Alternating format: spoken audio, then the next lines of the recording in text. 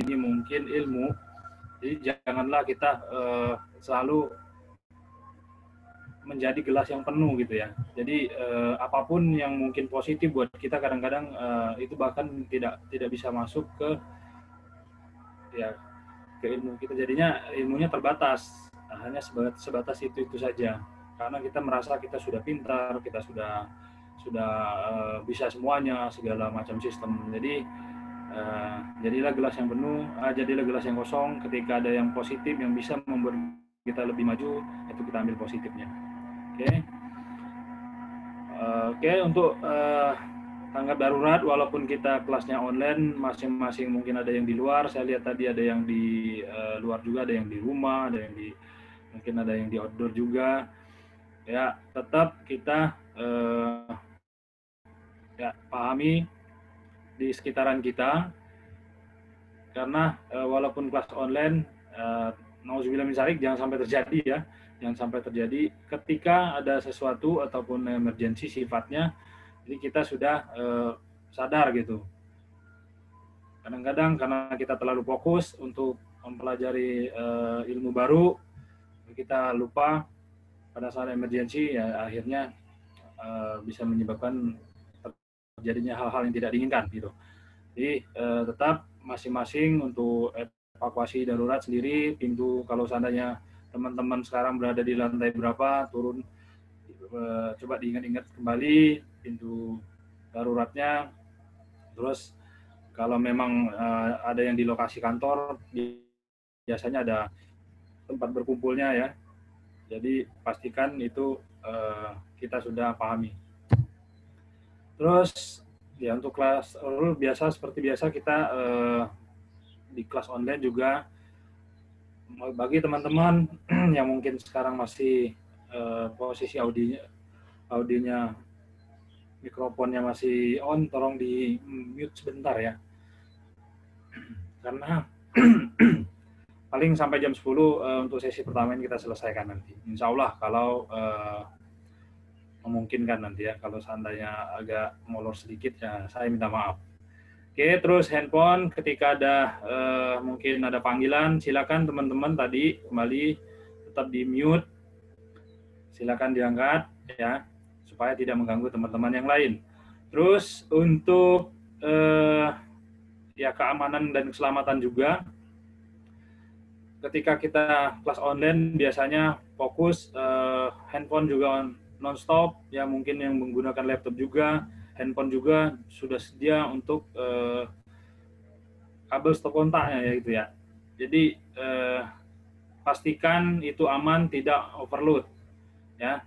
Kita fokus ngelihat pelatihan tapi ternyata yang di samping udah mulai hangus dan terbakar. Nah, nauzubillah min dzalik, jangan sampai terjadi. Oke. Untuk hari ini kita tetap setiap materi ada teori, dan nanti di sesi sebelum berakhir sesi pertama mungkin kita ada pertanyaan dan mungkin saya jawab. Insya Allah kalau bisa saya jawab, dan kemungkinan kalau nggak bisa jawab nanti mungkin kita PR, kita masukkan ke grup ya. Oke, bagi teman-teman juga yang mungkin ingin diskus, silakan nantinya ataupun sharing pengalaman, nggak apa-apa. Siapa tahu bisa membantu teman-teman yang lain.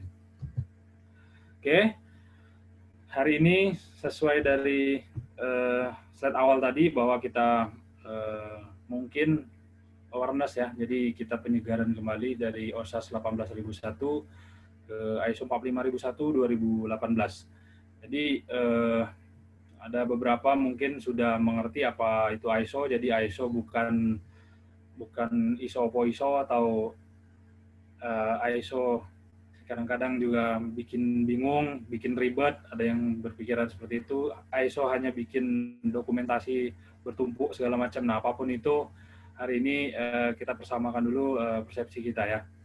Jadi ISO adalah International Standard Organization.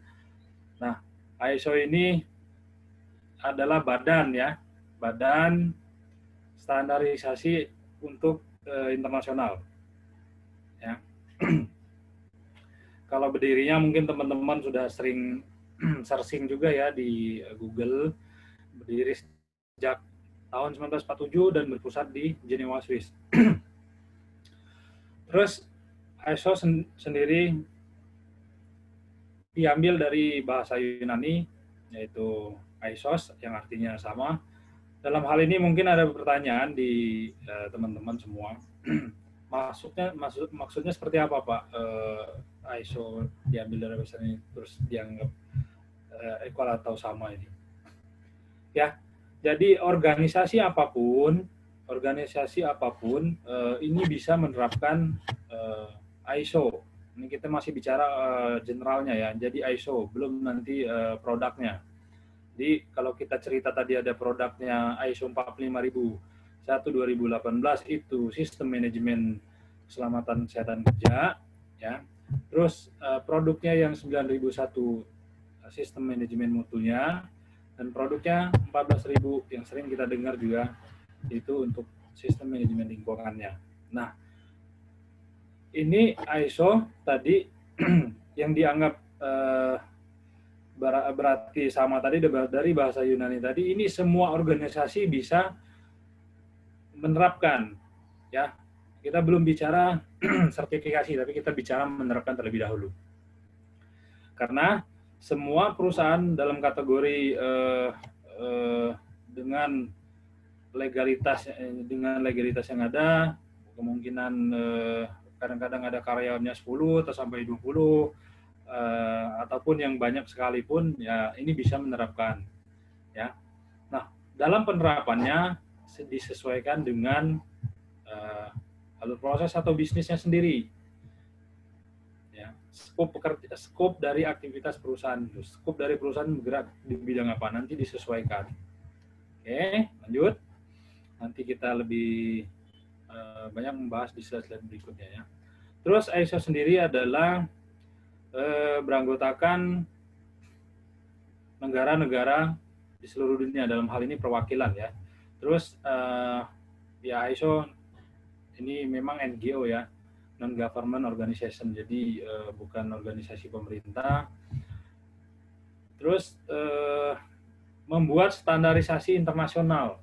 Nah, mungkin ada di benak teman-teman ada yang bertanya, kenapa enggak OSAS 18.001 tapi terbitan 2018 saja, Pak?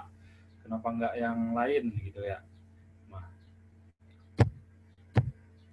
ya, paling nanti teman-teman bisa baca kalau ada waktu nanti saya showkan nanti terkait dengan perubahan dari ISO OSAS 18.001 ke ISO 45001 2018, ya.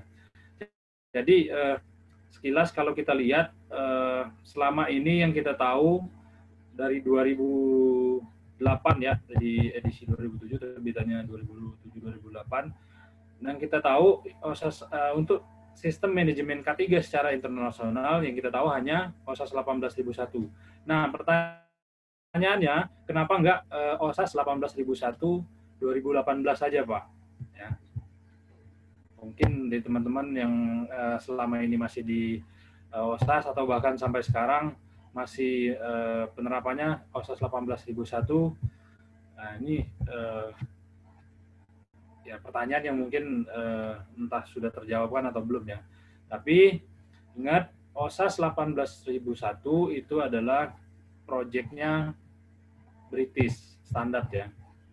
Jadi memang dalam penggarapan untuk standar ini ada beberapa juga perwakilan dari negara dan dinamakan proyek OSAS project, ya.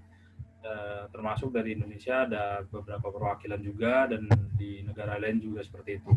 Tapi di standar OSAS mungkin teman-teman bisa baca di kata pengantarnya bahwa ketika ada standar internasional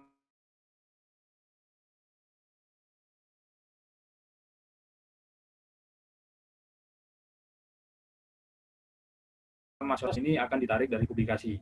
Nah, itu salah satu alasannya kenapa bukan OSAS 18.001 yang di extend atau di revisi terbaru gitu. Nah, kebetulan dari perubahan terkait dengan dunia industri dan dunia kerja dari 2014 ISO atau International Standard Organization mulai membuat draft untuk sistem manajemen K3 ya secara internasional tadi ISO 45001 2018. Nah, jadi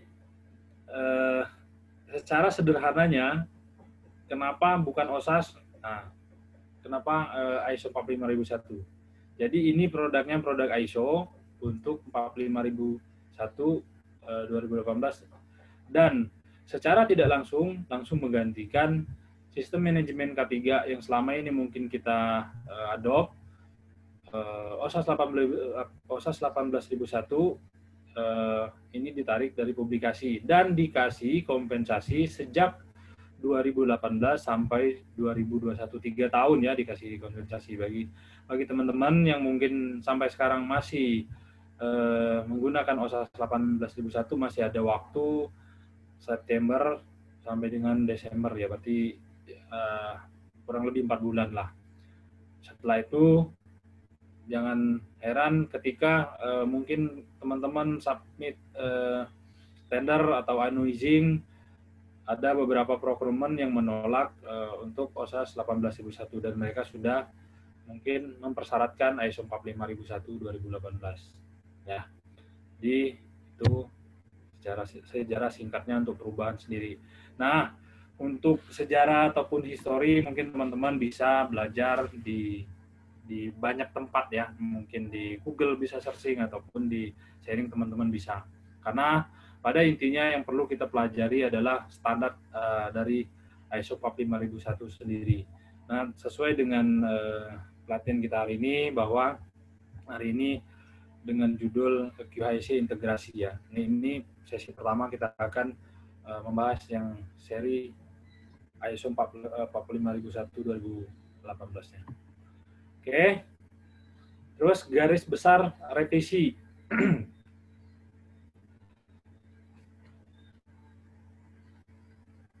Kalau kita lihat ini ISO 45001 2018 dan ISO 9001 2015 dan 14000-nya semua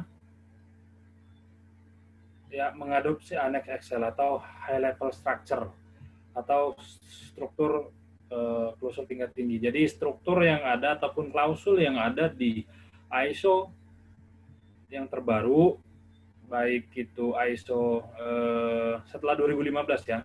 Setelah 2015 ISO 9001, 14001 dan 45001 ini semua klausul sama. Jadi ketika perusahaan atau organisasi ingin mengintegrasikan sistem dengan sistem yang ada di perusahaan akan memudahkan. Kita lihat kalau dilihat di klausul 4-nya kita lihat konteks organisasi sama 45.000 berbicara konteks organisasi, 9.000 juga dan 14.000 juga. Ya. Terus klausul 5-nya leadership. Klausul 5-nya leadership nanti di 9.001 juga berbicara leadership, yang 14.001 juga berbicara leadership dan juga 45.001-nya berbicara leadership. Nah, jadi lebih enak buat organisasi mengintegrasikan. Ya.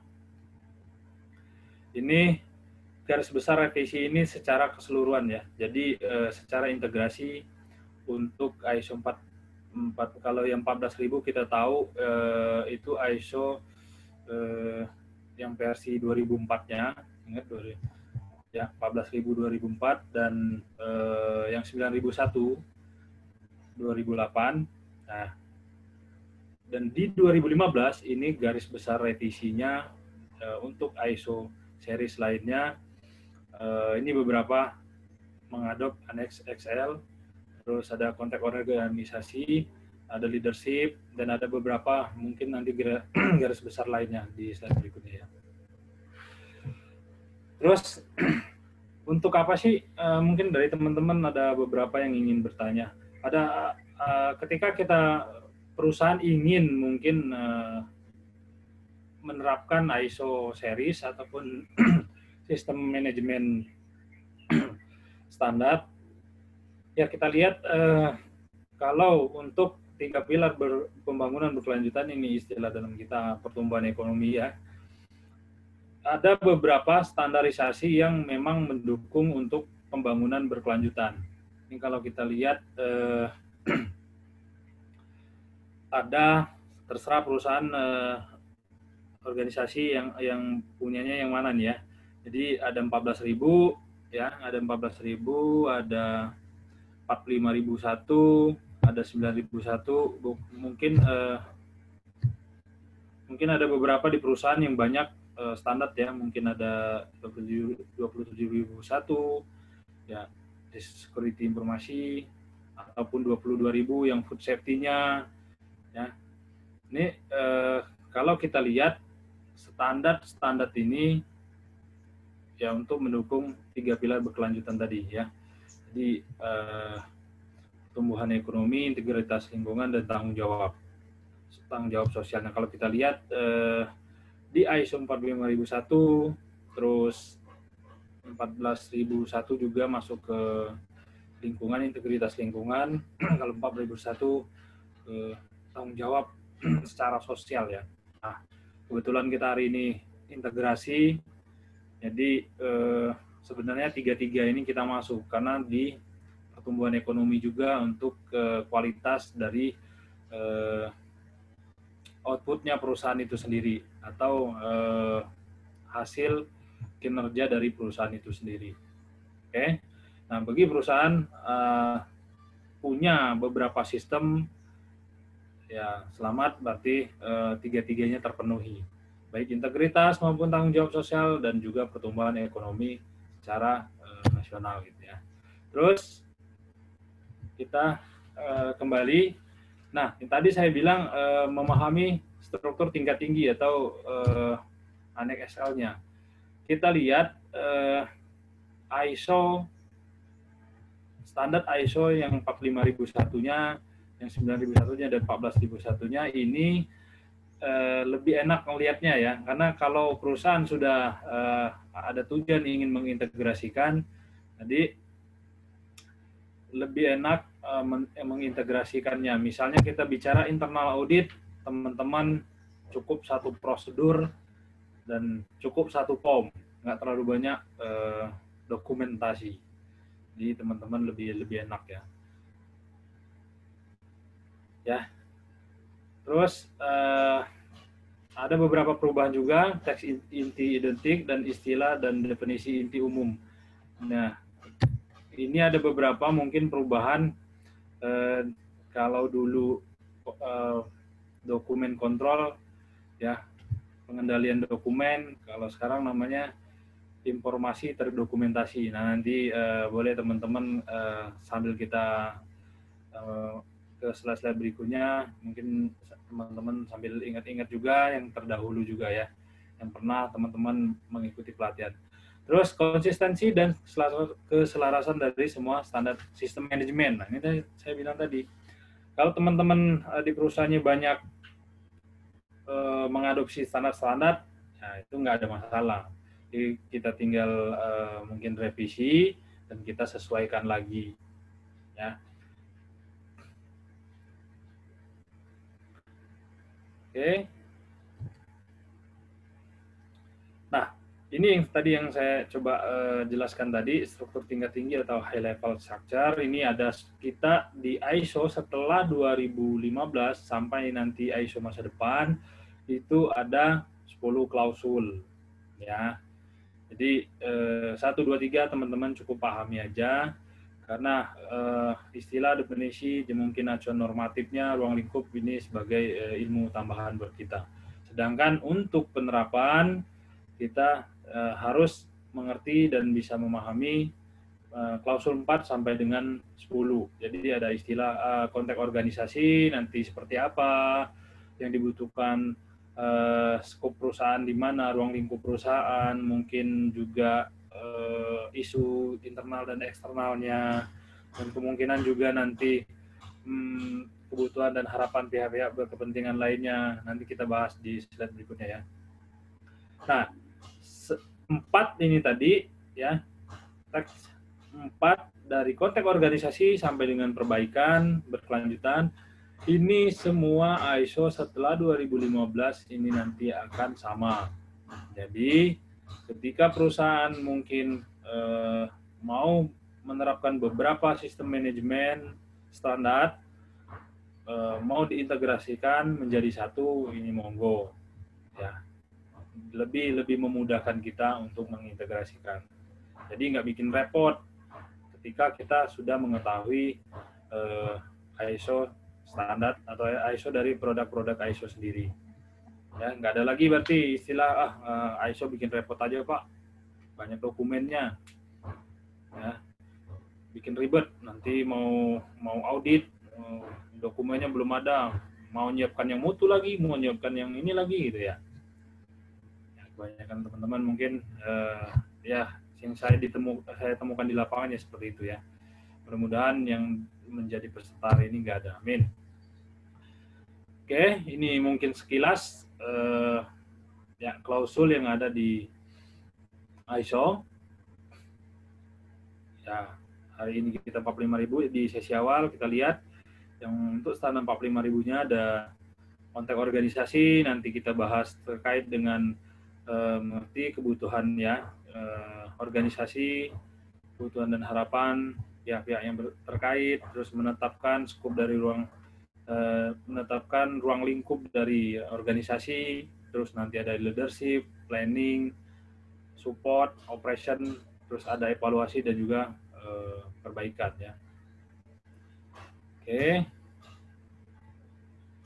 Ini ada beberapa nih syarat dan definisi baru, mungkin konteks organisasi, lingkungan, kombinasi faktor, organisasi internal dan eksternal.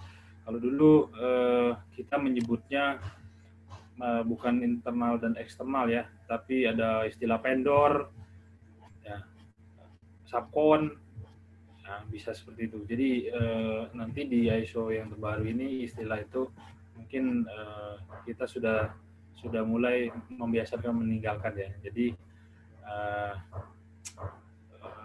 pihak-pihak yang berkepentingan kita bilangnya ya. Jadi ada vendor mungkin, ada subkon kalau jasa ya, terus masyarakat dan juga mungkin pemerintah. Oke. Terus ISO juga yang terbaru ini sebuah pemikiran yang berbasis resiko. Jadi mau itu mutu, mau itu lingkungan, ini kita berbicara risikonya di depan. Ya. Kalau OSAS memang secara pemikiran berbasis resiko juga sudah dimunculkan. Tapi kalau untuk 9001 memang di versi yang 2015 baru muncul ya. Jadi resiko itu sudah dipikirkan di depan. Makanya di klausul 6 ada yang namanya planning dan untuk hazard identification-nya nanti kita belajar lebih banyak lagi ya. Kan lebih enak kalau resiko sudah kita tentukan. Tadi internal eksternal isunya kita tetapkan terlebih dahulu. Yang dimaksud internal eksternal isunya seperti apa? Internal itu mungkin isu-isu internal yang mungkin selama ini yang menjadi hambatan untuk kita melakukan pekerjaan. Misalnya di K3-nya sering terjadi kecelakaan, di mutunya banyak barang defect, banyak temuan yang tidak sesuai. Itu secara internal isu. Eksternal isunya seperti apa? Mungkin pandemi COVID seperti sekarang ini.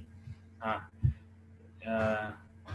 karena ini global, kemungkinan ada beberapa perusahaan yang dulunya di 2019 mungkin dimasukkan, tapi banyak juga termasuk ada beberapa dari kita juga mungkin tidak memasukkan isu-isu eksternal terkait dengan pandemi COVID ini ya. Tapi kebanyakan misalnya isu-isu yang lain, misalnya ada perubahan undang-undang ataupun ada dunia politik, ini harus dimasukkan di isu-isu eksternal karena misalnya ada perubahan isu-isu eksternal, ada perubahan undang-undang ataupun ada masa-masanya politik, ini biasanya baik K3 maupun mutunya pasti dampaknya ada. Misalnya kalau revisi undang-undang ada buruh, demo segala macam yang bisa berakibat berdampak ke perusahaan kita. Ya, baik politik juga seperti itu. Nah, ini di awal kita sudah identifikasi internal isu dan eksternal isunya. Nah, itu yang dimaksud pemikiran berbasis resiko ya. Jadi sudah diidentifikasi di awal seperti itu. Oke, menggunakan kata-kata dengan get klausul yang menjelaskan makna dari istilah. Ya, untuk di ISO yang terbaru, jadi istilah-istilah yang saya bilang tadi, kalau dulu dokumen kontrol, kalau sekarang informasi terdokumentasi ya, pengendalian informasi terdokumentasi. Nah, ini ada beberapa istilah, boleh teman-teman nanti baca di standarnya. Ketika teman-teman mungkin belum punya, boleh nanti minta ke panitia ataupun boleh japrik saya nanti ya. Oke, tadi dasar dari standar ini kita lihat ada 3 pilar berkelanjutan tadi, tujuan dari SMK 3. Jadi SMK 3 secara internasional ya. Jadi teman-teman mungkin yang di perusahaannya sudah sistem manajemen K3 tapi versinya PP 50 tahun 2012, sebenarnya mau diintegrasikan juga monggo, nggak ada masalah. Tinggal mungkin teknisnya seperti apa nanti ya. Jadi internasional ISO 45001, kadang-kadang memang ada beberapa perusahaan yang tidak terlalu membutuhkan karena kliennya kebanyakan yang dalam negeri ya, pengguna dalam negeri. Jadi mungkin tender-tendernya kebanyakan dalam negeri, akhirnya tidak mengharuskan atau mensyaratkan ISO 45001 2018. Banyak yang mensyaratkan hanya di SMK 3 sesuai dengan peraturan 26 nomor 26 2014 ya, terkait penilaian SMK 3. Monggo silakan. Oke. Ini 3 pilar tadi yang saya bilang tadi, lingkungan integritas, sosial tanggung jawab, ekonomis, karena kita masuk ke tiga-tiganya ya. Di untuk memenuhi kebutuhan dan juga beberapa persyaratan peraturan perundangan terkait dengan tanggung jawab sosial kalau di ISO 45001-nya. ISO 45001 ya juga sama dengan OSAS 18001 tadi ya, yang kita cerita di awal, mengurangi injuri dan penyakit akibat kerja. Ya. Terus mengurangi risiko kecelakaan kerja. Nah, mengembangkan konteks organisasi, mengembangkan kebijakan dan sasaran. K3 menentukan hazard dan risiko. Terus meningkatkan kesadaran terkait dengan K3 di perusahaan, menentukan kompetensi, mengembangkan lingkungan safety yang positif. Jelas ya. Jadi kalau kita bicara sistem, semua sistem juga pasti tujuannya mengembangkan si organisasi sendiri, baik itu safety maupun lingkungan dan mutu. Jadi sistem, kita bicara sistem bukan bicara fat-fat tertentu atau departemen-departemen tertentu. Ketika kita bicara sistem, berarti satu kesatuan yang saling membutuhkan, yang tidak bisa dilepaskan itu sama lain.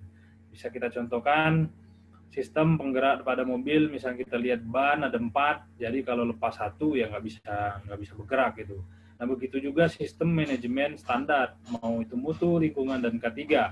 Ketika kita lihat, kita mapping ada di alur bisnisnya, misalnya dari marketing sampai dengan output atau serah terima pekerjaan kalau yang jasa, ataupun pengiriman ataupun delivery ke klien, terserah ini perusahaan nanti bergerak skopnya alur bisnisnya seperti apa. Nah semua tadi departemen mulai dari alur bisnisnya pertama marketing sampai dengan outputnya apa, ya, hasil akhir ataupun serah terima, departemen mungkin logistik ataupun departemen kita bilang QC misalnya, ya terserah, ending di perusahaan masing-masing lah. Nah, itu harus menerapkan dan harus mendukung satu sama lain. Itu yang dinamakan sistem. Karena misalnya terjadi kecelakaan di departemen marketing, target dari perusahaan berarti tidak terpenuhi. Karena kita bicara sistem manajemen K3, bukan bicara departemen, gitu ya. Oke. Nah, faktor keberhasilan juga kepemimpinan dalam memperoleh komitmen. Jelas ya, tujuan bisnis, tujuan K3. Kalau kita lihat kepemimpinan ataupun leadership, baik dari top manajemen maupun dari ya beberapa manajerial di bagian departemen tertentu, ini juga harus mendukung penuh sistem manajemen keselamatan dan kesehatan kerja. Nanti kita lihat seberapa pentingkah dukungan dari manajemen leadership ataupun top manajemen organisasi dalam hal penerapan dan juga mengembangkan sistem manajemen K3, ya. Ya, ISO 45001 juga tetap kalau kita lihat di ISO versi sebelumnya juga PDCA. Nanti kita lihat juga PDCA kalau di secara klausul 5 di PDCA-nya terletak di bagian mana, apa di plan-nya atau do atau check action-nya ya. Tapi tetap secara informasi ISO 45001 juga menganut sistem plan, do, check, action. Nah, ini yang saya mau sampaikan tadi. Jadi kalau kita lihat dari awal internal eksternal issue, terus kebutuhan dan harapan pihak-pihak yang berkepentingan, dan juga persyaratan pelanggan. Kalau kita lihat leadership ini menempati di posisi yang di tengah ya. Jadi kalau tadi kalau kita bicara secara PDCA-nya, planningnya klausul berapa, ya, terus supportnya masuk ke check, supportnya masuk ke do, evaluasinya masuk ke check, terus improvementnya masuk ke action yang PDCA-nya ya. Nah, leadership ternyata klausul 5 ini saling berhubungan dan memang dukungan penuh dan komitmennya baik itu di planning, support, evaluasi dan improvement. Nah, kenapa? Ya itu ya jawabannya. Setelah OSAS 18.001 di review, ternyata ada beberapa memang perusahaan yang selama ini yang mungkin menerapkan OSAS 18.001 dan ISO seri sebelumnya, tanggung jawab ataupun komitmen yang secara penuh itu adanya di manajemen representatif. Ya. Jadi kalau kita tahu manajemen representatif tanggung jawabnya sangat besar kalau di OSAS 18.001 dan juga mungkin ISO seri sebelumnya. Apa-apa itu punyanya MR, apa-apa itu orang ISO yang punya. Terus dokumen-dokumen itu orang ISO yang punya. Kalau kita bicara risk assessment nanti yang punya orang safety, ya.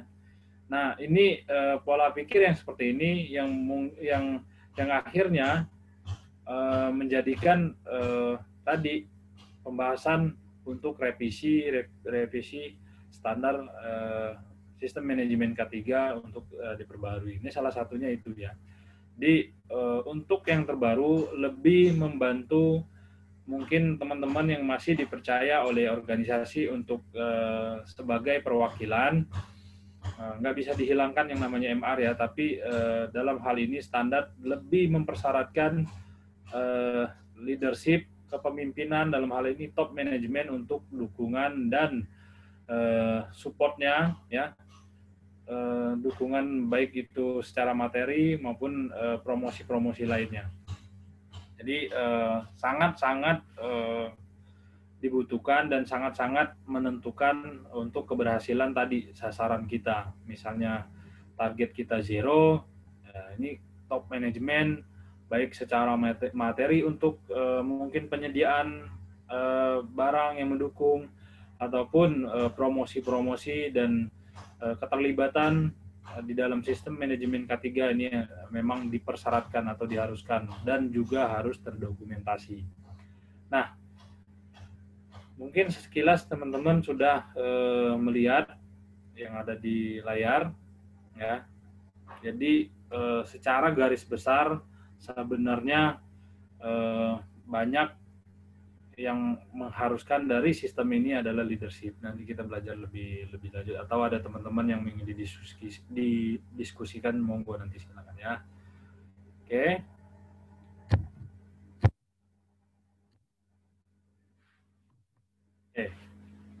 Nah, kalau kita lihat secara klausul konteks organisasi tadi berada di planning ya, internal dan eksternal isu. Jadi teman-teman mungkin masih bingung mulainya dari mana, boleh diikutin secara ya PDCA ini ya. Jadi kita siapkan terlebih dahulu. Yang pertama persyaratan pelanggan atau skop dari perusahaan itu sendiri, bergerak di bidang apa. Kalau kita mau buat standar ya. Kalau bagi teman-teman yang belum ya, kita siapkan terlebih dahulu alur bisnis prosesnya seperti apa, ya, mulai dari marketing sampai dengan tadi output. Terus kita tetapkan internal dan eksternal isunya. Terus kita tetapkan juga beberapa mungkin persyaratan dan kebutuhan dan harapan pihak-pihak yang berkepentingan.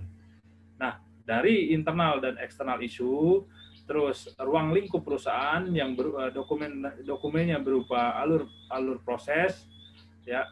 Jadi mulai dari marketing sampai dengan output, ya. Ini kita siapkan dulu dokumennya, baru nanti kita masuk ke yang 6-nya, planningnya. Planningnya nanti masuk ke mana, Pak? Bu, masuknya ke kita identifikasi dulu, hazard identifikasi untuk menentukan peluang dan resikonya, ya. Terus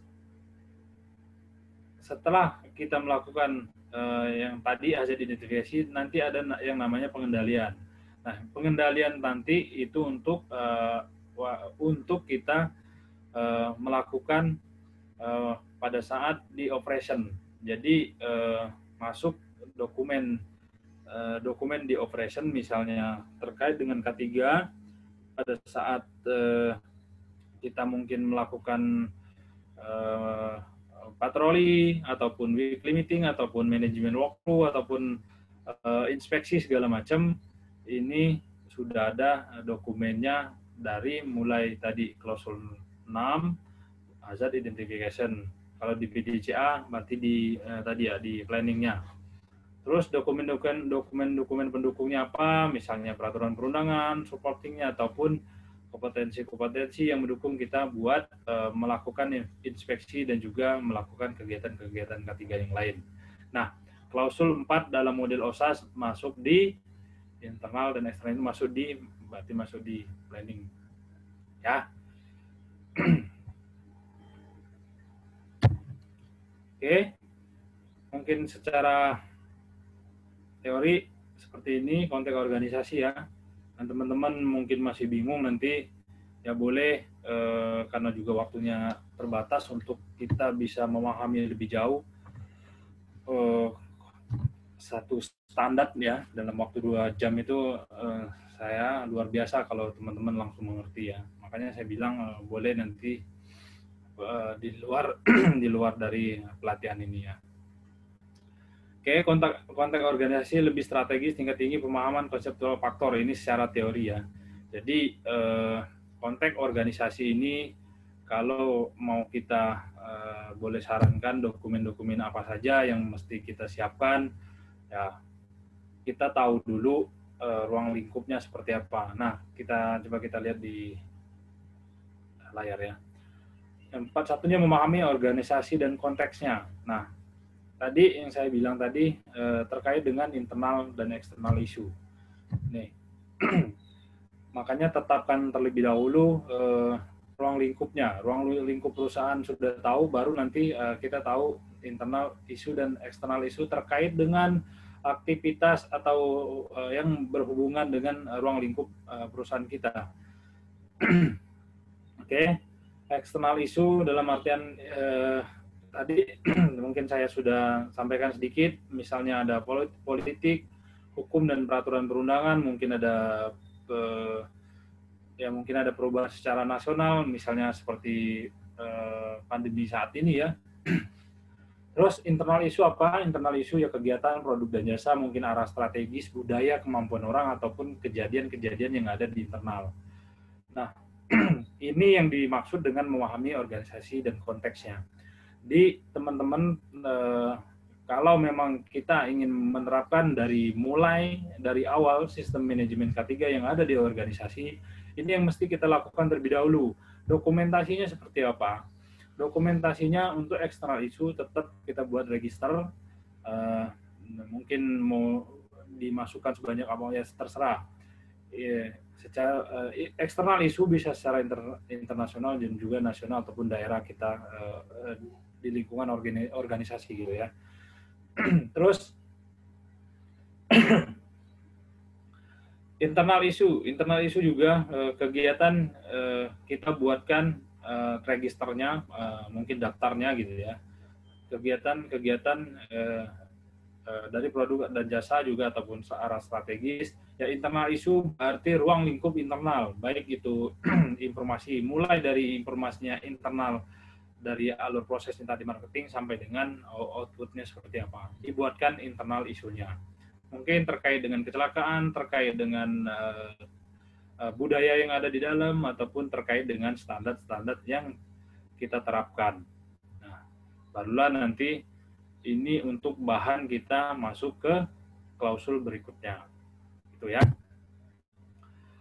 Terus di klausul 4 juga memahami ya kebutuhan dan harapan pihak-pihak yang berkepentingan. Nah, ini kalau dulu kita bicara hanya supplier ya ataupun vendor gitu ya. Kalau sekarang kita menyebut istilahnya kebutuhan dan harapan pihak-pihak yang berkepentingan, dalam artian di sini ada pelanggan, komunitas, supplier, pemerintah, LSM, investor, karyawan.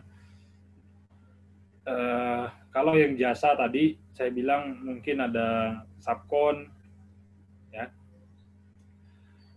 yang memang pihak-pihak yang berkepentingan yang terlibat langsung dengan organisasi gitu ya. Di ini juga dokumennya teman-teman bisa lihat untuk evaluasi nanti sistem manajemen K3 kita. Misalnya tadi kalau saya ulang lagi, eksternal isu, internal isu ada dokumennya, dan juga pelanggan ini biasanya ada juga persyaratannya, persyaratan pelanggan ya, atau komitmen QHSE dari pelanggan ya, atau kalau peraturan perundangan bisa pemerintah ya, yang memang ada hubungannya dengan organisasi yang mungkin sedang kita kelola gitu ya. Oke, itu dokumen-dokumennya. Terus menentukan ruang lingkup. Nah, makanya saya bilang tadi alur proses juga. Jadi masuk ke 4 semua. Jadi langkah-langkahnya kalau di perusahaan kita memang belum ada sistem manajemen K3 ya, kita buat dulu, kita mapping terlebih dahulu. Mulai dari ya prosesnya proses apa gitu. Ya. Ini mungkin lebih detailnya ada di slide-slide berikutnya nanti ya. Ya, ruang lingkup juga mempertimbangkan masalah eksternal dan internal. Terus kewajiban kepatuhan tadi. Ya. Nah, ruang lingkup sendiri biasanya di awal ketika perusahaan berdiri biasanya sudah tahu kita ruang lingkupnya seperti apa. Misalnya perusahaan memang mau bergerak di bidang elektrikal, instalasi, ataupun bergerak di bidang pembuatan merek-merek tertentu. Nah, ini juga pada saat kita mau menentukan ruang lingkup dan alur prosesnya seperti apa, ya. Baru nanti kita bisa masuk ke planning, ke klausul 6-nya. Kalau kita sudah tentukan yang tadi ya, eksternal internal issue, terus kebutuhan dan harapan pihak-pihak yang berkepentingan, terus juga ruang lingkupnya. Kita tetapkan terlebih dahulu, ya. Terus memahami konteks organisasi ini juga masalah eksternal tadi ya sudah kita sebutkan bagaimana masalah ini mempengaruhi hasil yang diharapkan dari sistem manajemen. Jadi organisasi tadi kalau kita boleh ulas konteks organisasi ini, kalau di berarti klausul 41 konteks organisasi, teman-teman kalau mau menyiapkan dokumennya, saya ulang, eksternal dan internal isu, kebutuhan harapan pihak-pihak yang berkepentingan, dan juga tadi ruang lingkup dari sistem manajemen ketiga di organisasi. Terus klausul 5 kepemimpinan. Nah, kalau kembali kita lihat di layar, secara PDCA, Plan Do Check Action-nya, kenapa saya selalu berbicara leadership itu faktor keberhasilan yang mungkin sangat-sangat membantu untuk tercapainya sasaran K3. Ya, jelas kepemimpinan atau leadership dalam hal ini top management. Nah, memang diharuskan atau memang diharuskan diminta support penuhnya untuk menjalankan atau menerapkan mengembangkan sistem manajemen K3. Nah, mulai dari mana? Mulai dari awal alur proses, misalnya kegiatan marketing, ya, kegiatan marketing dalam hal ini support dalam hal materi, support dalam hal promosi K3. Nah, pada saat alur proses yang pertama sudah dilakukan, top manajemen harus mempromosikan K3, ya, di bidang di departemen marketing, Terus masuk ke proses selanjutnya. Top manajemen juga harus mendukung penuh ketika proses progres project berada di, misalnya kalau alur prosesnya perusahaan ada di setelah marketing adanya di engineering, berarti top manajemen juga harus mendukung penuh kegiatan dan promosi K3 di departemen tersebut sampai dengan pengiriman barang ataupun sampai dengan serah terima produk ataupun jasanya, ya. Di top manajemen dalam hal ini leadership itu sangat berhubungan dengan kegiatan-kegiatan secara keseluruhan. Jadi nggak ada lagi istilahnya MR. Dokumen ini nggak ada MR. Yang harus mempromosikan K3 itu MR atau manajer safety-nya atau safety officer-nya atau tim ISO-nya. Banyak kan seperti itu. Ini nggak ada lagi ke depannya. Jadi semua tanggung jawab untuk promosi itu tanggung jawab semua karyawan, dan top manajemen dalam hal ini leadership-nya ya, leadership mulai dari top manajemen, mungkin juga manajer tertinggi di departemen, ini dituntut untuk mempromosikan, ya. Dokumennya seperti apa? Dokumennya pada saat dituntut leadership, misalnya kalau secara top manajemen dituntut kebijakan perusahaan terkait K3. Terus dituntut kebijakan, dituntut sasaran dibuat dan ditandatangani oleh leadership atau top manajemennya, kepemimpinan dalam hal ini ya top manajemen gitu ya.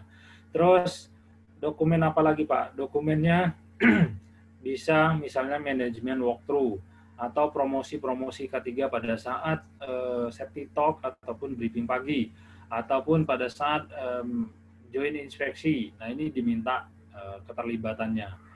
Jadi keterlibatannya diminta dan dokumentasinya ada. Nah, baik, untuk leadership sendiri saya perjelas lagi, dalam hal ini kepemimpinan memang mulai dari top manajemen sampai dengan manajerial tertentu, misalnya orang yang paling tertinggi di departemen tertentu. Nah, itu yang dituntut ya. Jadi keterlibatan mereka terhadap penerapan dan mengembangkan sistem manajemen K3. Dokumen-dokumennya sudah saya sebutkan, tinggal POM-nya seperti apa. Nah, itu nanti silakan diskusi dengan panitia ya, karena panitia banyak yang banyak dokumennya. Ya. Nah, dalam hal ini kepemimpinan tadi sudah saya jelaskan, memimpin orang, mempengaruhi orang, memerintah orang, dan memandu orang. Nah, top manajemen juga termasuk tadi saya bilang manajerial yang tertinggi di departemen juga mempengaruhi orang, dia memerintah orang dan memandu orang, memimpin orang. Jadi kategorinya leadership bisa kita kategorikan lini manajerial dan top manajemen harus terlibat ya di penerapan sistem manajemen K3 di organisasi. Oke. Ini sekilas saja ya, kepemimpinan, bertanggung jawab, pertama dia menyediakan sumber daya, pastikan target dari K3 tercapai, mendukung komunikasi dan konsultasi. Nah, ini mempromosikan perbaikan, mempromosikan budaya K3. Jadi kepemimpinan dan komitmennya seperti itu. Jadi nggak ada lagi istilah orang safety yang mempromosikan. Ini safety ini punya orang safety, ya. Yang tugasnya mempromosikan orang safety, ya, bukan lagi. Jadi pola pikir seperti itu nggak ada lagi ya. Oke. Masuk masih di klausul 5 kepemimpinan. Ini tadi yang saya sudah sebutkan, kebijakan K3. Nah, kebijakan K3 juga harus ada dokumentasinya. Mungkin di beberapa perusahaan sudah ada ya. Nah, kebijakan K3 juga mempertimbangkan tujuan dan juga sasaran dari dan juga konteks organisasi. Terus komitmen terhadap legal. Misalnya saya contohkan PT maju mundur berkomitmen untuk melakukan menerapkan sistem manajemen K3 sesuai dengan peraturan perundangan yang berlaku. Nah, itu salah satu contoh kebijakan K3 ya. Oke. Dan ini juga harus ada dokumennya. Jadi informasi harus didokumentasikan. Dalam hal ini dokumentasinya bisa hard copy dan juga bisa soft copy.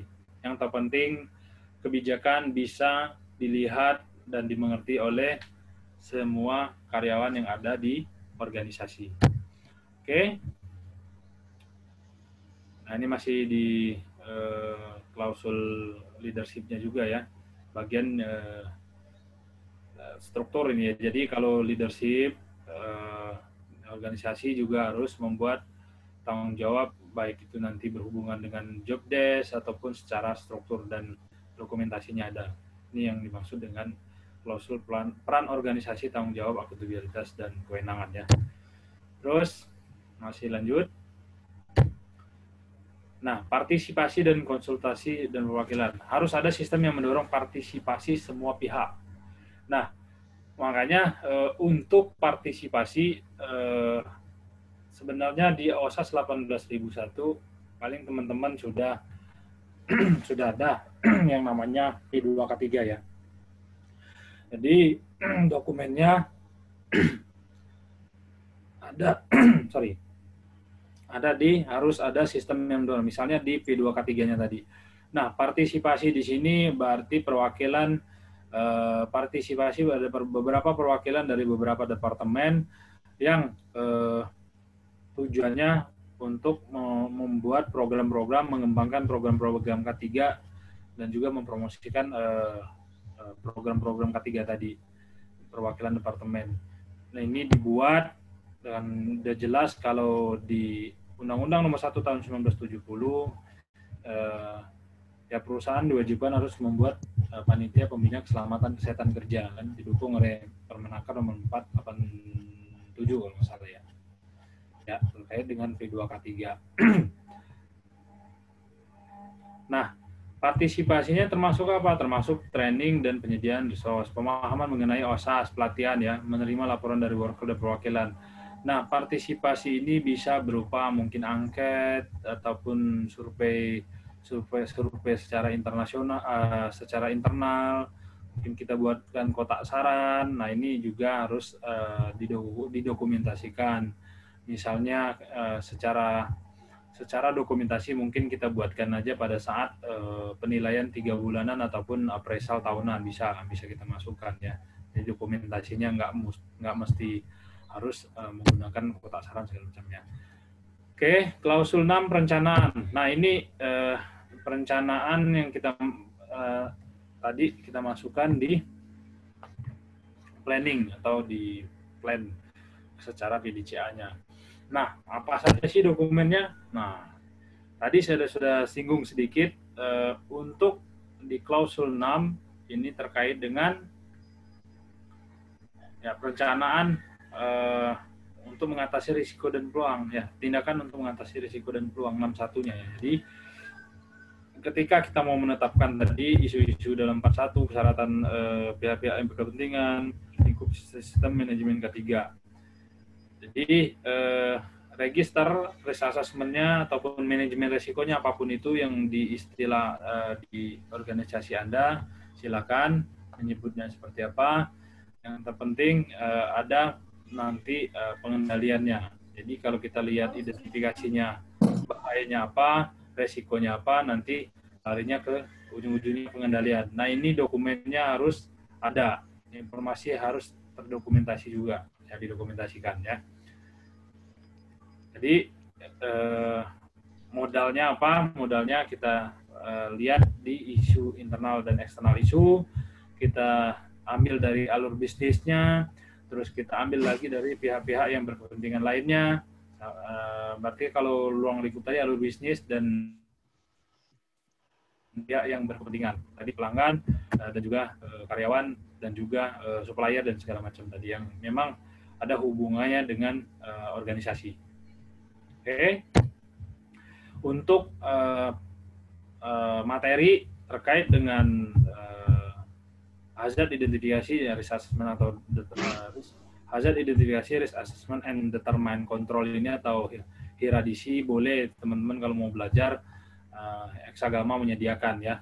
Jadi silakan kalau mau dibahas dipelajari secara utuh karena banyak tekniknya untuk mempelajari tadi hazard atau hazard identifikasi, risk assessment and determine control. Oke. Nah, ini ya contohnya di layar, coba kita lihat untuk tindakan mengatasi risiko dan peluang tadi ya.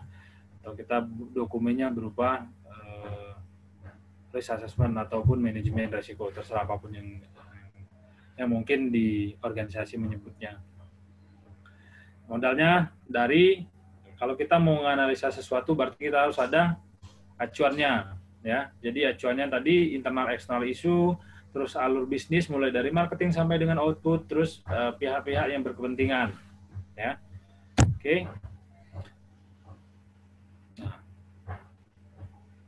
kita lihat ini sudah masuk di pemahaman terkait dengan risk assessment-nya, kerjaan rutin, aktivitas, ya orang yang kerja, terus situasi darurat, abnormal, organisasi. Nah, ini istilah-istilah yang ada di risk assessment ya. Boleh teman-teman kalau belajar karena waktunya kita nggak cukup kalau untuk ini kita kembangkan lagi ya.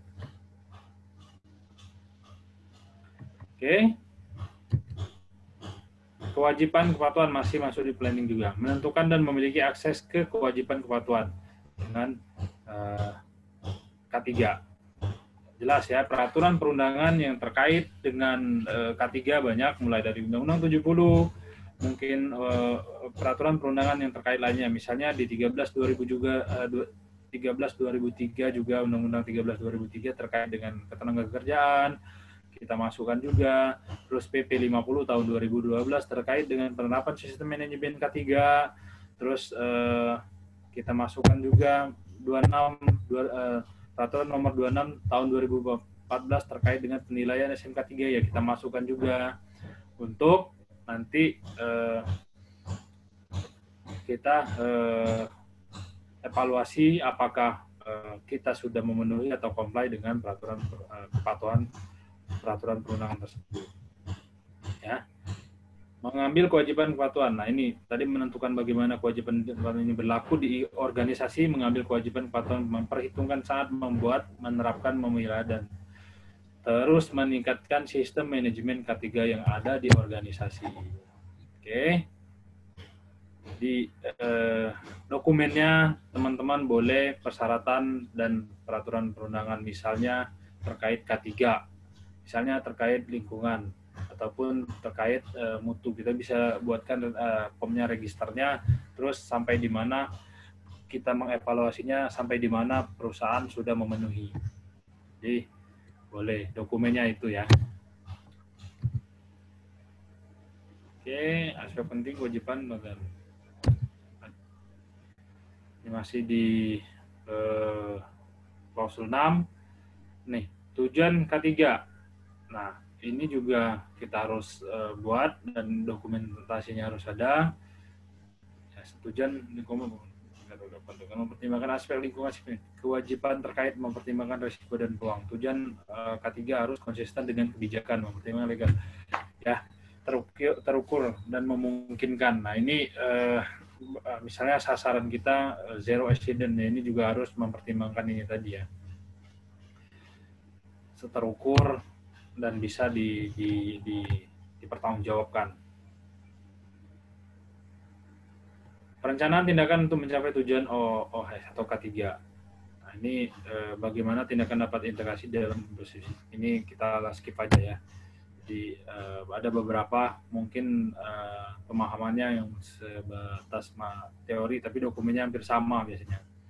Terus klausul 7 atau support ataupun pendukung. Nah, kalau kita lihat di klausul 7 ini sendiri, di posisinya berarti masuk ke do. Tadi planning, di plan, do. Dan juga nantinya di operation masuknya di do juga ya. Oke, support seperti apa? Sumber daya. Misalnya tadi kalau kita lihat sumber daya termasuk keterampilan, pengetahuan, termasuk yang kita lakukan hari ini bagian dari penerapan supportnya dari top manajemen tadi untuk menyediakan sumber daya manusia yang mempunyai skill dan pengetahuan sesuai dengan bidangnya misalnya. Ya. Terus sumber daya alam infrastrukturnya mungkin terkait dengan mesin, peralatan, konstruksi, mungkin juga support dalam sumber keuangannya. Nih, kita lihat ya, kompetensi, informasi didokumentasikan juga.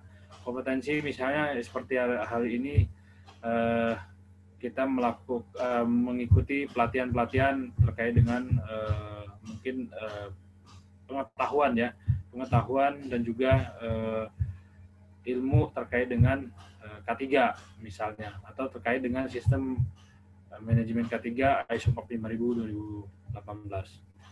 Ya, dalam hal kompetensi, menentukan kompetensi yang diperlukan bagi mereka yang mempengaruhi kinerja OHS, kemampuannya untuk ini menentukan kompetensi, dokumennya dokumen HR ya, jadi bukan departemen lain, tapi dokumennya ditentukan oleh HR atau HRD-nya, karena untuk menentukan kompetensi dari masing-masing karyawan di departemennya.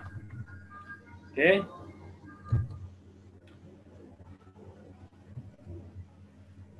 Kesadaran organisasi harus memastikan bahwa orang-orang yang melakukan pekerjaan di bawah kendali organisasi harus menyadari. Nah,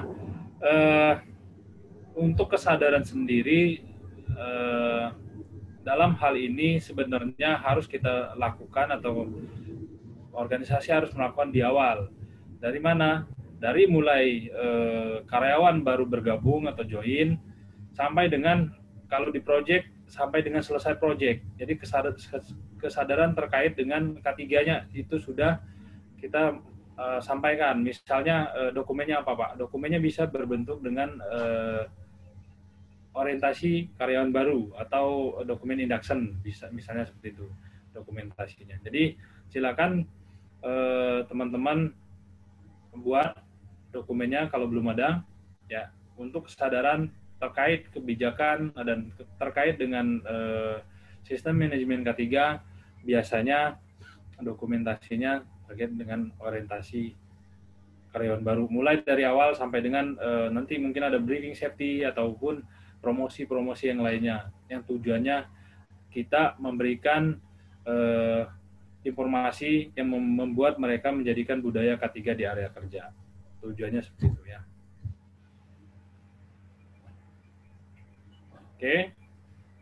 Komunikasi dan konsultasi ini juga tadi kalau saya bilang di awal partisipasinya, perusahaan boleh menyediakan mungkin kotak saran ataupun kupon angket untuk saran dari karyawan.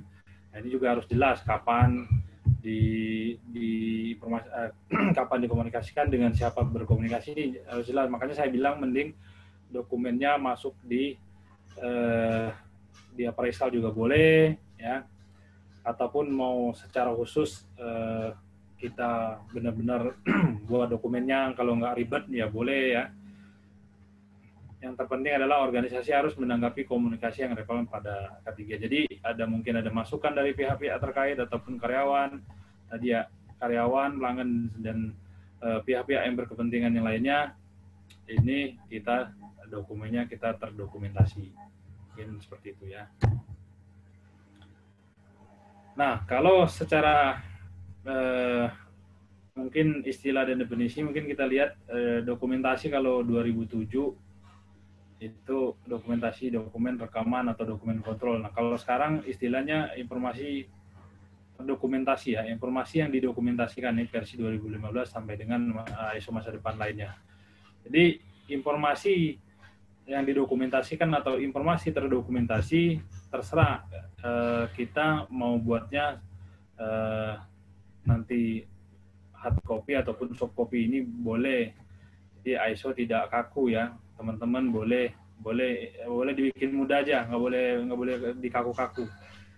Di dokumennya kita mau buat hard copy, yang terpenting adalah ada informasi di prosedur dokumen, pembuatan dokumennya, bahwa dokumen perusahaan dibuat secara soft copy. Nah, itu kita buatkan state aja di situ. Mungkin kita masukkan sedikit kata-kata yang memuat dokumen perusahaan secara soft copy. Ketika sudah menjadi hard copy, maka dokumen tidak terkendali. Ya, terserah nanti teman-teman lah yang mengatur kata-katanya seperti apa gitu ya. Oke, masih ada waktu 20 menit lagi. Weh, selamat datang dulu Pak Bimo. Ternyata ada senior saya. Ada. Saya baru lihat.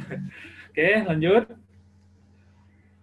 Ya, informasi yang didokumentasikan jelas tadi meliputi deskripsi elemen utama dari sistem manajemen, proses dan interaksinya, informasi yang diperlukan oleh standar-standar K3, mendokumentasikan informasi ditentukan organisasi sebagai, ya, makanya saya bilang tadi, ini kita balikan ke organisasi, mau seperti apa nanti dokumentasinya.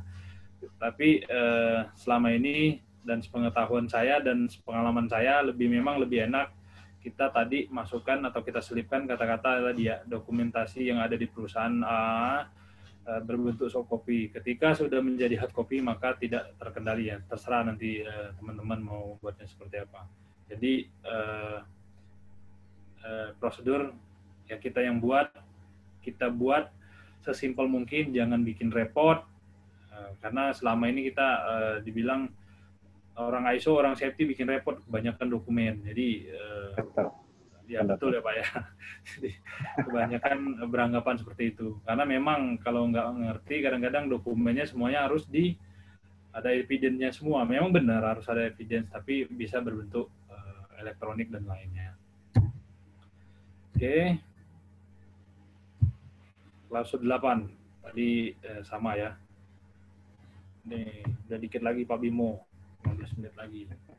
Klausul 8 masuk ke operation. Nah, operation berarti masih kalau kita secara plan do check action masuknya di do-nya ya. Jadi dari persiapan awal tadi kalau kita boleh mengingat kembali dari konteks organisasi, leadership, terus masuk ke planning, support-nya, SDM-nya seperti apa, SDA-nya seperti apa, infrastruktur dan segala macamnya untuk mendukung pelaksanaan dari operation sendiri. Kita lihat kalau lihat prosedurnya prosesnya proses apa di organisasi ya, terserah gitu. Nah, tadi di planning kita lihat ada pembuatan hazard identifikasi. Nah, di operation control atau di klausul 8 di operation ini juga kita melakukan tadi yang kita sudah rencanakan untuk mendukung operasional perusahaan. Misalnya perusahaan bergerak di bidang manufaktur ataupun project ataupun jasa ataupun ya kalau kita lihat di project banyak yang subkon segala macam untuk mendukung operasional itu. Misalnya kita penyediaan APD ya, penyediaan tadi yang sesuai dengan pengendalian yang dari kita planningkan, misalnya dari klausul 6 planning yang tadi kita buat assessment-nya sedemikian rupa ya, manajemen risikonya, terus pengendaliannya seperti apa, nah masuknya di operation. Jadi operational control termasuk dengan penyediaan sumber daya, termasuk sumber daya manusianya. Misalnya tadi di risk assessment kita menyatakan bahwa pekerjaan ini harus dilakukan oleh tenaga yang berkeahlian khusus. Dalam hal ini mungkin ahli K3 listrik ataupun ahli K3 alat angkatan. Nah, berarti di operasional ini pada saat pelaksanaan kerjaan kita menyediakan sumber daya yang mempunyai kompetensi sesuai dengan bidangnya, seperti itu. Ya. Jadi apa tadi, kalau tadi saya ingatkan kembali teman-teman, kalau kita belajar sistem berarti dari konteks organisasi, leadership-nya apa tadi, planning-nya apa, support, operation-nya. Nanti untuk pelaksanaan di operation ini nggak boleh lari dari tadi isu internal, eksternal isu, terus konteks organisasi atau alur bisnisnya dari perusahaan ataupun ruang lingkupnya, terus kebutuhan dan harapan pihak-pihak yang berkepentingan. Dalam hal ini tadi sudah saya sebutkan, termasuk juga legalnya persyaratan peraturan perundangan. Ini di operation maksudnya ya. Terus dokumen juga harus ada pada saat ada perubahan sistem, mungkin ada perubahan ataupun ada penambahan dari sistem, baik itu produk dan jasa, perusahaannya bergerak di bidang, misalnya bergerak di bidang jasa, ada perubahan atau ada penambahan sistem tertentu, juga harus kita tetapkan. Dalam hal ini prosedurnya mungkin manajemen of change ya. Jadi harus dokumennya harus didokumentasikan juga. Oke. Nah, pembelian. Ya, pembelian juga pada saat pembelian, ketika kita melakukan pembelian baik itu jasa maupun ya produk ataupun barang, kita juga ada prosesnya, proses terhadap pembelian. Misalnya penyediaan barang atau material tertentu dengan kategori mungkin rendah, menengah ataupun yang high risk ya, kita tentukan. Jadi ada proses seleksi untuk penyediaan supplier ataupun vendor sesuai dengan tadi jasa-jasa yang mungkin mereka akan bekerja sama dengan kita. Nah, di procurement atau pembelian boleh teman-teman ikuti yang seperti di ISO versi sebelumnya ya, 3 pembanding, tapi tetap ada ukuran atau ada aturan mainnya. Jadi kita buatkan seleksi pemasok atau seleksi terserah mau digabung, kalau biasanya saya digabung ya, seleksi pemasok dan evaluasinya, nggak apa-apa. Atau kita mau buat prosedurnya cuma di seleksi aja. Seleksi, terus ada di prosedurnya kita masukkan juga beberapa mungkin persyaratan kita terkait dengan SMK 3-nya. Jadi ada atau kita mau masukkan kalau yang memang sudah menerapkan SMK 3 PP 50 2012 terkait dengan CSMS-nya, standarnya kita mau ikuti PP 50 2012 ya juga nggak masalah, lebih bagus lagi. Jadi benar-benar nanti terseleksi dengan baik ya untuk pembelian terhadap vendor dan juga mungkin juga supplier yang ya baik itu jasa maupun barang ya. Jadi pembelian bukan hanya material ataupun barang, bisa juga mungkin kita ada kerjasama pihak-pihak terkait, misalnya security outsourcing dan juga mungkin ada bagian-bagian pekerjaan yang kita subkonkan. Namun itu bagian dari procurement. Jadi kita harus lakukan prosesnya terkait dengan SMK 3-nya ya. Kalau mutunya nanti Pak Bimo yang jelaskan ya. Mungkin kualitasnya seperti apa, standarnya harus seperti apa, kualitasnya harus nomor berapa ya, itu nanti masuknya ke mutu. Oke. Ini sudah saya jelaskan tadi ya, baik itu kontraktor dan juga tadi outsourcing-nya. Terus juga kesiapsiagaan atau tanggap darurat dan juga di operation juga masuk ya di klausulnya 8 ini. Jadi setelah bicara tadi 4 yang saya sampaikan di awal, konteks organisasi, leadership, tadi ada planning, ada support. Nah, kita sebenarnya di awal sudah berbicara berbasis resiko. Itu ISO terbaru dari 2015 sampai dengan ISO masa depan kita berbicara berbasis resiko. Artinya perusahaan di mana lokasinya, perusahaan bergerak di bidang apa, ini sebenarnya kita sudah masukkan ke isu internal untuk nanti kita melakukan mungkin secara risk assessment yang kita lakukan pengendaliannya seperti apa. Nah, pengendaliannya masuk ke kesiapsiagaan tanggap darurat ya, kalau kita tahu di setiap perusahaan ada yang namanya gawat darurat, tanggap keadaan gawat darurat. Nah, ini nggak bisa lepas dari yang tadi saya bilang, internal isu. Mungkin perusahaannya bergerak di bidang peledak, otomatis untuk bahaya terjadinya peledakan, kebakaran dan peledakan berarti tinggi. Nah, secara otomatis juga kesiapsiagaan untuk mengatasi terjadinya gawat darurat, misalnya peledakan atau kebakaran, ini harus dilatih, timnya harus dibuatkan dan harus dilatih sesuai dengan bidangnya. Misalnya pemadam kebakaran berarti harus dilatih terkait memadamkan kebakaran. Misalnya tim P3K-nya terkait dengan pertolongan pertamanya. Nah, ini juga ada beberapa PJK 3 yang menyelenggarakan ini. Terserah teman-teman kalau mau ya mau ikut juga, mungkin Eksagama juga mungkin ada, silakan disampaikan ke panitia ya. Itu. Oke.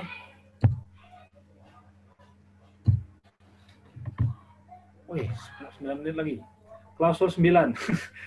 Klausul 9 masuk ke evaluasi. Dari semuanya tadi, konteks organisasi, leadership, ya, terus planning, support, terus ada operation, kita melakukan evaluasi posisi di PDCA ada di ceknya ya. Jadi tetap berhubungan dengan leadership. Jadi leadership atau kepemimpinan dari top manajemen dan juga manajerial lainnya ini sangat-sangat dibutuhkan juga. Sangat-sangat dibutuhkan komitmennya dan juga promosinya. Oke.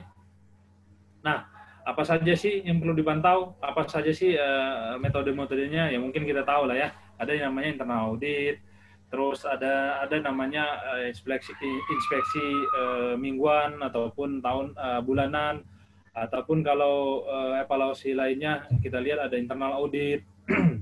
Ya, internal audit membahas secara keseluruhan dari proses yang ada di perusahaan atau organisasi, mulai dari marketing sampai dengan outputnya perusahaan. Jadi kita lakukan evaluasi yang sudah tadi kita rencanakan, yang sudah tadi kita lakukan mungkin di operation termasuk juga tadi terakhir saya berbicara terkait dengan pembelian, juga kita lakukan ya audit. Sudah dilakukan apa belum tadi seleksinya, ya, terus dokumennya apa, ya. Terus kalau kita berbicara inspeksi mingguan, inspeksi tool segala macam, ada nggak dokumennya seperti apa. Nah ini kita memastikan kembali dokumen standar-standar yang kita acu ini sudah kita lakukan. Jadi kalau kita ambilnya ISO 45000, berarti standar ISO 45000 ini sudah kita sudah comply apa belum, atau sudah memenuhi persyaratan ini atau belum. Jadi dari awal sampai dengan selesai kita harus lakukan ya audit. Oke. Terus nanti setelah internal audit ada tinjauan manajemen. Nah, biasanya tinjauan manajemen ini orang K3 saya yakin kalau dulu di OSAS 1871 kayak macan ompong, kita nggak ada kekuatannya sama sekali ya. Jadi makanya alhamdulillahnya ada versi yang terbaru ini sangat-sangat membantu tadi, yang memang leadership atau kepemimpinan dalam hal ini top management memang dituntut komitmennya dan keterlibatannya di sistem manajemen K3 dan sistem manajemen lainnya, yang memudahkan kita untuk tadi misalnya di tinjauan manajemen kita ada masalah tertentu terkait dengan K3, maka hasil output dari tinjauan manajemen ini harus diambil oleh ya top manajemen. Misalnya terkait dengan supportingnya di tadi penyediaan tenaga kerja yang terlatih ataupun penyediaan yang mendukung berjalannya sistem manajemen K3 di perusahaan. Termasuk apa? Termasuk penyediaan P3K, mungkin secara infrastrukturnya harus disediakan, dan kalau manajemen tidak mendukung, mustahil itu bisa ya terlaksana gitu ya. Jadi tinjauan manajemen ini apapun yang menjadi saran dan masukan dan juga temuan-temuan dari internal audit, mungkin kegagalan sistem yang ada di organisasi bisa kita sampaikan nanti di tinjauan manajemen.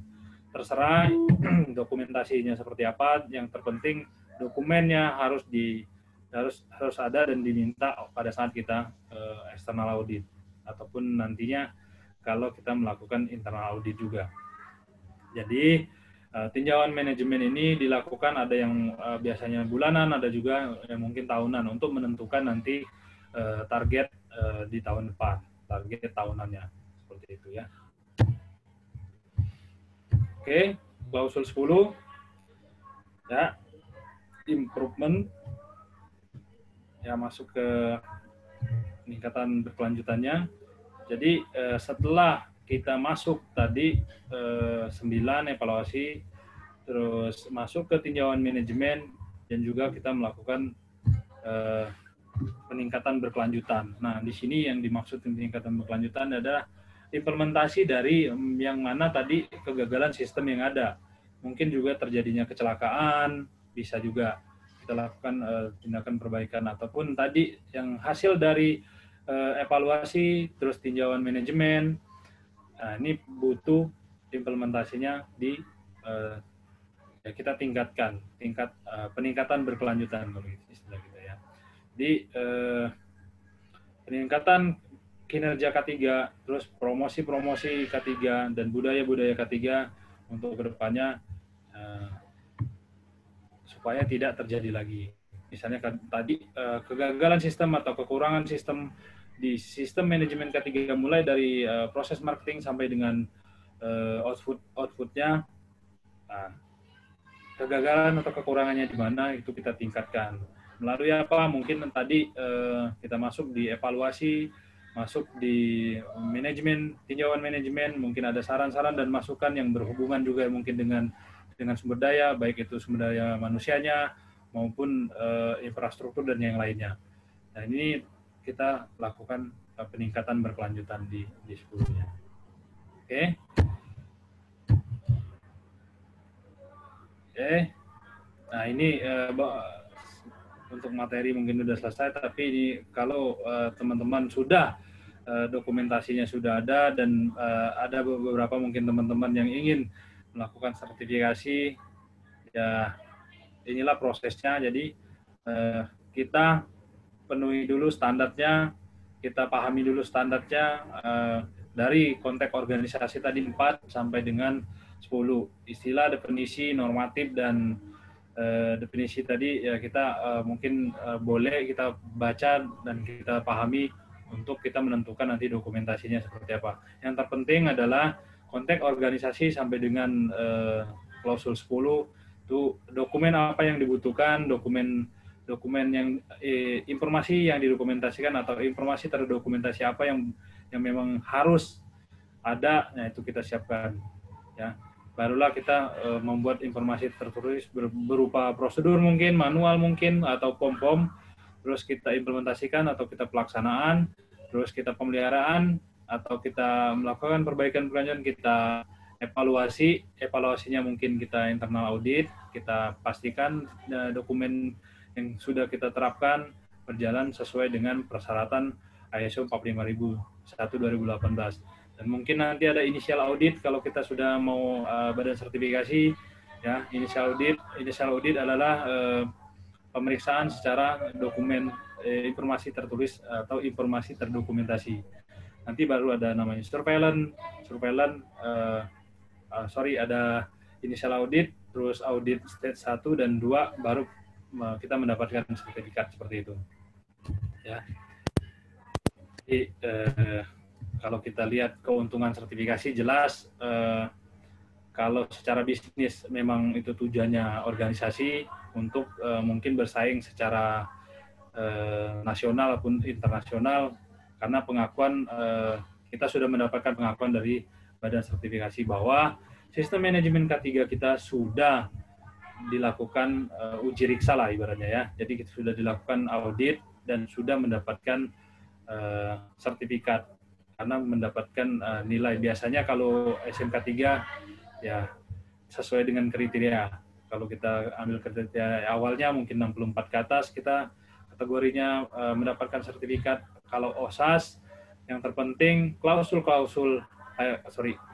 45000 yang terpenting adalah klausul wajibnya yang memang harus ada dokumentasinya, itu harus ada prosedur dan evidence-nya. Ketika itu sudah ada, menggugurkan yang namanya major dan minor.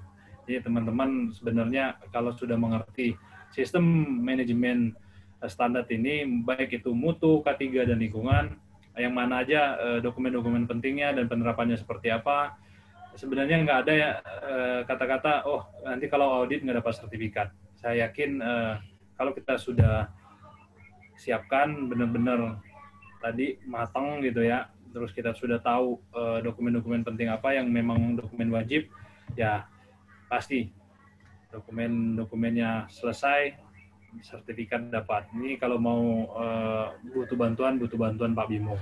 Pak Bimo luar biasa. Oke, mungkin teman-teman, Mas Dito sampai di sini dulu materinya. Sesi tanya jawab. Alhamdulillah ada senior saya ini, jadi bisa bantu jawab ini kayaknya. Oke. Oke. Jadi sampai di sini dulu materi untuk ISO 45000 pelatihan kita untuk integrasi QHSE, nanti disambung oleh Pak Bimo di 14001 dan 9001-nya ya. Pokoknya tetap standby, ini materi dari beliau ini luar biasa nih. Jadi teman-teman jangan keluar dari grup ya. Oke, Pak, silakan kalau ada yang mau bertanya. Pak, itu statusnya kok kawin 3 itu, Pak? Nah, kemarin kawin 2. Satu lagi 4 ya, Pak? Ya. Rencananya mau kawin 4, Pak, tapi kayaknya udah nggak boleh lagi. Ini Mas Dito ini baru nanya, tadi nggak ada Pak Bimo nanya nih, dia nanya sekarang. Takutnya Pak Bimo ngikutin saya gitu. Jadi kawin 3 ini saya perjelas ya, nanti ada sesuatu. Kawin 3. status menikah tapi punya anak 3, Mas. Ya. Oh. Bukan 3 kali menikah. Sudah paham. Ya, ini ambigu ya. Jadi ini ambigu. Yang keempat, ya belum ya Pak? Ya, biar kami safety juga dalam menerimanya gitu loh Pak. Oke. Silakan Mas Ito kalau ada yang ditanyakan teman-teman. Baik, dari teman-teman seperti kemarin, apabila ada yang ditanyakan bisa reaction terlebih dahulu atau langsung mengaktifkan video juga boleh. Ya. Silakan. Kepada peserta. Ini sudah jelas semua atau masih berpikir pertanyaan ini sepertinya? Iya. Alhamdulillah kalau nggak ada pertanyaan, nanti pertanyaannya dilimpahkan ke Pak Bimo. Biasanya gitu Pak, nanti terakhir mereka baru, oh iya Pak, tadi yang ketiga gitu. Akhirnya Alhamdulillah di awal nggak ada pertanyaan. Terakhir pertanyaannya. Ya Pak, kemarin ada pertanyaan dari ini ya Mas, Dimas Yogi ya kalau nggak salah.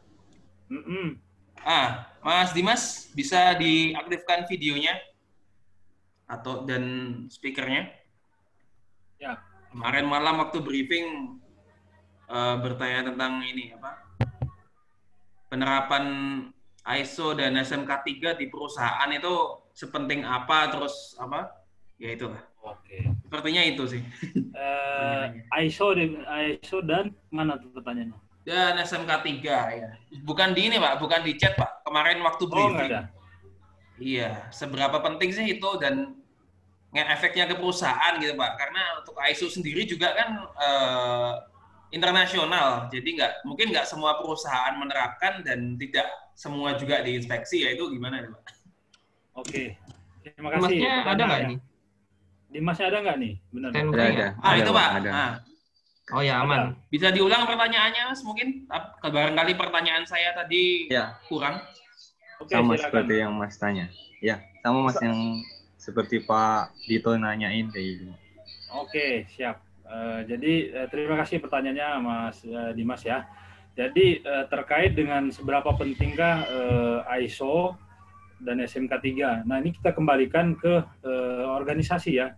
Dalam hal ini, kalau kita bicara SMK 3, PP 50 2012 ini nggak boleh.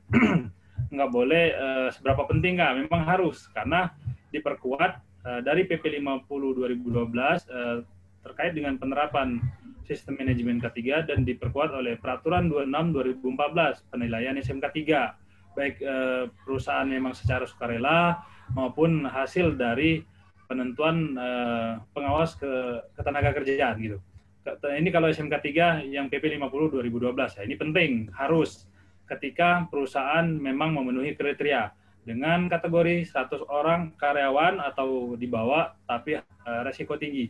Nah, resiko tinggi ini yang menentukan bukan saya, bukan konsultan ataupun bukan ahli K3 officer yang ada di dalam. Yang menentukan adalah pengawas ketenaga kerjaan terkait K3 ya. Jadi di daerah misalnya di Jakarta, nah, itu nanti ada memang binawas K3-nya yang menentukan, oh ini Bapak, walaupun karyanya 10 orang tapi resikonya tinggi. Jadi harus yang pertama sesuai PP 50 2012 harus menerapkan, dan yang kedua harus dilakukan penilaian, dalam hal ini berarti audit sertifikasi SMK 3. Itu kalau kita bicara SMK 3 PP 50 2012. Terus terkait dengan ISO, memang kalau secara seberapa pentingkah atau diharuskan atau enggak itu memang nggak ada, Mas Dimas ya. Tapi ketika memang kebutuhan dari organisasi, ini biasanya apalagi kalau di tempat saya misalnya di bidang kelistrikan ya, proyek terkait dengan listrik, mau nggak mau karena kita berhubungan dengan perusahaan-perusahaan yang mungkin berasal dari luar atau PMA ya. Ini biasanya mereka mempersyaratkan yang namanya ISO 45000. Tapi jelas ketika kita ISO 45000 secara tidak langsung kita juga harus memenuhi peraturan-peraturan yang berlaku di Indonesia. Dalam artian ini berarti memenuhi peraturan yang tadi yang saya sebutkan di awal, PP 50 2012 terkait SMK 3 dan juga peraturan pendukung lainnya. Jadi untuk ISO sendiri, kalau memang perusahaan belum ada kebutuhan, monggo nggak masalah. Tapi kalau bicara SMK 3 PP 50 2012 itu menjadi wajib. Mungkin begitu, Mas Dimas. Terima kasih. Pak Bimo, silakan kalau mau nambahin. Ya Pak, terima kasih. Dito. Ya Pak, ya Pak. Lain kali kalau ada pertanyaan jangan bilang waktu di briefing. Nanti kira settingan. Oh gitu. Oh iya. Kira settingan. Aku udah belajar gitu. Iya. Ya oke Pak. Settingan. Ini beneran teman-teman lain gak ada yang nanya nih. Aduh. Apa jangan-jangan lagi AFK semua nih? Ini Mas Dimas gimana? Mungkin ada. Ya Pak, untuk pertanyaannya aja bisa dipahami Pak. Oke, terima kasih. Iya Pak, terima kasih Pak. Ya, terima kasih. ya, yang lain ini apakah benar nggak ada pertanyaan ini? Atau masih masih meraba? Mumpung ketemu narasumber yang hebat nih loh. Ya ini makanya saya alhamdulillah ada Pak Bimo. Jadi kalau nggak bisa jawab ada Pak Bimo. Saya berharap beres di awal ya Pak. Aduh. Ini nih. Beneran nggak ada ini? Kalau nggak ada. Boleh nih teman-teman ini biasanya selesai dulu pemateri baru masuk pemateri ini. Alhamdulillah Pak Bimo mau menyempatkan diri. Jadi teman-teman yang lain mau bertanya ini lebih enak lagi nih. Ya, tapi jangan nanya yang mutu dulu. Saya belum nyampaikan tadi yang mutu. Takutnya nggak bisa jawab saya. Nanti Pak Bimo yang jawab. Atau ada yang mau ya studi kasus atau yang mau sharing, silakan boleh. Di perusahaannya mungkin ada kasus apa? Ya, atau ada kendala apa yang perlu diterapkan apa? Boleh ini. Bagaimana teman-teman sekalian? Daripada nanti konsultasinya, mohon maaf ya, daripada nanti konsultasi khusus terus harus mengeluarkan biaya tambahan ya Pak. Itu dia. Itu. Oh, ini bener. Ini masuk Pak Eko nanti saya. Masuk Pak Bimo, masuk Pak Aduh, itulah. Kok Dito cerdas? Oke. Nah, ini iya mumpung ini bayar berapa? 399 sudah bonus ini ya Pak, konsultasi. Nanti saya biaya khusus lagi nanti kalau di luar. Tapi begini Mas ya, ini mungkin informasi aja ya. Saya beberapa kali juga diundang sebagai peserta untuk training terkait dengan ya awareness dari ISO 45000 ataupun QIC ini sendiri. Teman-teman, bukan saya promosikan Hexagama ya. Mereka nggak mengupas secara jelas terkait dengan 3 standar ini.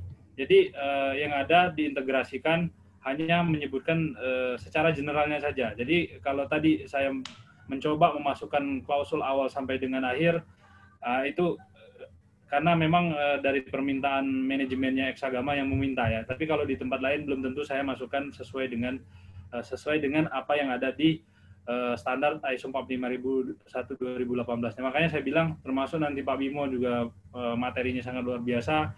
Dan ini juga buat teman-teman sebenarnya kalau memang memperhatikan dari tadi, ini udah bagian dari konsultasi kalau saya bilang. Konsultasi itu aja. Kalau klausul 4 kontrak organisasi dokumennya apa Pak? Kalau konsultasi kan seperti itu. Jadi kita buatkan dokumentasinya seperti ini, dan tadi sudah coba saya jelaskan seperti itu. Jadi kalau di luaran sana saya juga beberapa kali ngikutin menjadi peserta karena teman juga yaudah Pak memenuhin lumayan gitu. Oke, saya ikut. Jadi itu yang mungkin poin pentingnya di pelatihan Hexagama ini. Nah, masuk Pak Eko. Silakan teman-teman yang lain, masih ada pertanyaan atau sharing? Tapi ini masih aktif semua kan? Iya, Mas Yogi masih videonya aktif. mungkin bisa diaktifkan ya ini untuk memastikan bahwa ini ada yang dari awal ini ada Mbak Ana sama siapa tadi ya? Pak Mansai ini dari awal ini memperhatikan. Boleh. Atau Dito sekalian ini foto bersama mumpung trainernya lengkap. Oh iya, boleh. Sekali lagi. Ini silakan. Saya nggak kepikiran mau. Iya Pak, waduh, iya ya, mumpung trainernya lengkap ini. Benar. Ya, mohon ya peserta sekali lagi mengaktifkan videonya ya. Dan seperti tadi dengan gestur seperti ini. Ya, untuk 2 kali ya, sekalian, saya hitung sampai angka 3. sekalian memastikan bahwa masih stay Oh, di situ. masih stay semua ini. Luar Oke. biasa. Oke, Memastikan. saya hitung posenya bentar, kayak Bro. tadi ya. Sabar Agung. Ada Ari Wibowo. Iya Pak Mansa. Tadi kayaknya saya lihat di statusnya lagi di set kayaknya Pak Mansa. Tapi nggak tahu ya. Bagaimana? Yang 3 orang lagi ini bapak-bapak dan ibu-ibu. Ini udah ini tangannya udah kemeng nih. Oke, Oke siap. siap ya. Oh udah. Bentar. Udah belum Gung? Oh sudah Pak Mansa luar biasa. Woi, Jos, Pak Mansa. Oke, Udah belum Gung? siap. Yo. 1, 2, 3. Udah? Lagi? Udah. Udah Set, ya. set dulu. Satu Oke, kali siap. lagi. Wah dulu satu kali lagi. Waduh. Satu kali lagi. Biar puas. Biar puas. Waduh ya ganti tangan kiri lah. 1, Kelihatan. 2, 3. Oke. Oke siap. Terima kasih. Bagi yang masih ingin stay dengan videonya silahkan. Bagi yang tidak juga nggak apa-apa. Silakan nanti pada saat dipanggil satu-satu sama Pak Bimo siap menjawab atau mengaktifkan suara aja. Oke, teman-teman ada yang mau ditanyakan lagi sebelum saya tutup? Ya. Oke, kalau nggak ada ya sudah. Ini sepertinya kopinya ini perlu perlu diisi kembali kopinya, Pak. Ya, mungkin nanti di grup ataupun boleh di grafik saya sama Pak Bimo juga ya. Jadi mungkin saya tutup dulu. Terima kasih untuk sesi yang pertama ISO 45001-2018 selesai. Apabila ada kesalahan, mungkin ada kata-kata yang kurang menyenangkan dari saya mohon maaf yang sebesar-besarnya kepada teman-teman pada panitia.